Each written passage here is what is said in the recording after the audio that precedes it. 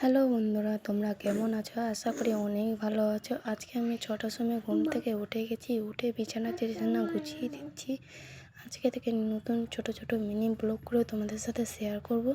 তোমাদের যদি ভালো লাগে লাইক শেয়ার কমেন্ট একটু করবা, করে বলবা যে ব্লগগুলো কেমন হয়েছে। আমার নাম হচ্ছে মঙ্গলি। তোমাদের মিনি ব্লগটা কেমন লেগেছে একটু কমেন্ট করে জানাও। আজকে থেকে তোমাদের সাথে ছোট ছোট মিনি ব্লগ করে তোমাদের সাথে শেয়ার করব। কেমন লাগছে একটু জানাবে।